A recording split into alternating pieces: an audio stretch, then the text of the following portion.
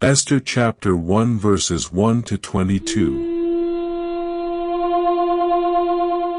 Now it came to pass in the days of Ahasuerus, this was the Ahasuerus who reigned over 127 provinces, from India to Ethiopia.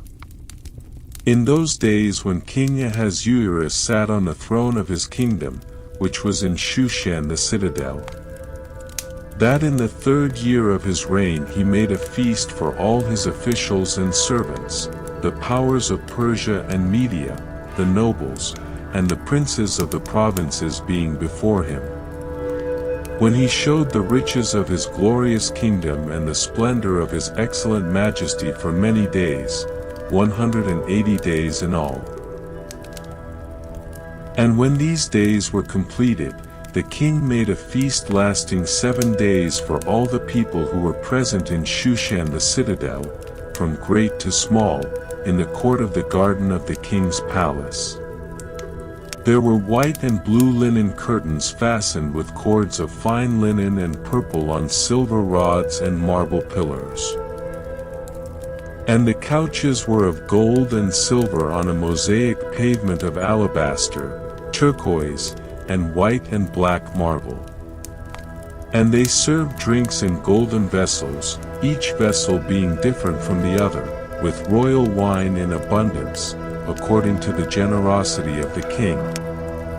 In accordance with the law, the drinking was not compulsory, for so the king had ordered all the officers of his household, that they should do according to each man's pleasure. Queen Vashti also made a feast for the women in the royal palace which belonged to King Ahasuerus. On the 7th day, when the heart of the king was merry with wine, he commanded Mehuman, Biztha, Harbona, Bigtha, Abagtha, Zethar, and Carcass, 7 eunuchs who served in the presence of King Ahasuerus, to bring Queen Vashti before the king, wearing her royal crown, in order to show her beauty to the people and the officials, for she was beautiful to behold. But Queen Vashti refused to come at the king's command brought by his eunuchs. Therefore the king was furious, and his anger burned within him.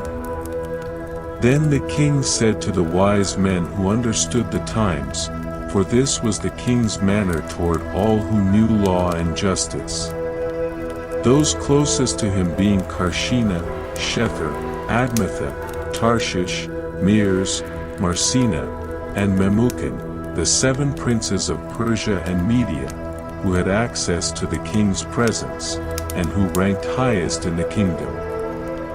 What shall we do to Queen Vashti, according to law, because she did not obey the command of King Ahasuerus brought to her by the eunuchs? And Memucan answered before the king and the princes, Queen Vashti has not only wronged the king, but also all the princes, and all the people who are in all the provinces of King Ahasuerus. For the queen's behavior will become known to all women, so that they will despise their husbands in their eyes, when they report, King Ahasuerus commanded Queen Vashti to be brought in before him, but she did not come. This very day the noble ladies of Persia and Media will say to all the king's officials that they have heard of the behavior of the queen. Thus there will be excessive contempt and wrath. If it pleases the king, let a royal decree go out from him, and let it be recorded in the laws of the Persians and the Medes, so that it will not be altered, that Vashti shall come no more before King Ahasuerus, and let the king give her royal position to another who is better than she. When the king's decree which he will make is proclaimed throughout all his empire, for it is great, all wives will honor their husbands, both great and small. And the reply pleased the king and the princes, and the king did according to the word of Memucan. Then he sent letters to all the king's provinces, to each province in its own script, and to every people in their own language, that each man should be master in his own house, and speak in the language of his own people.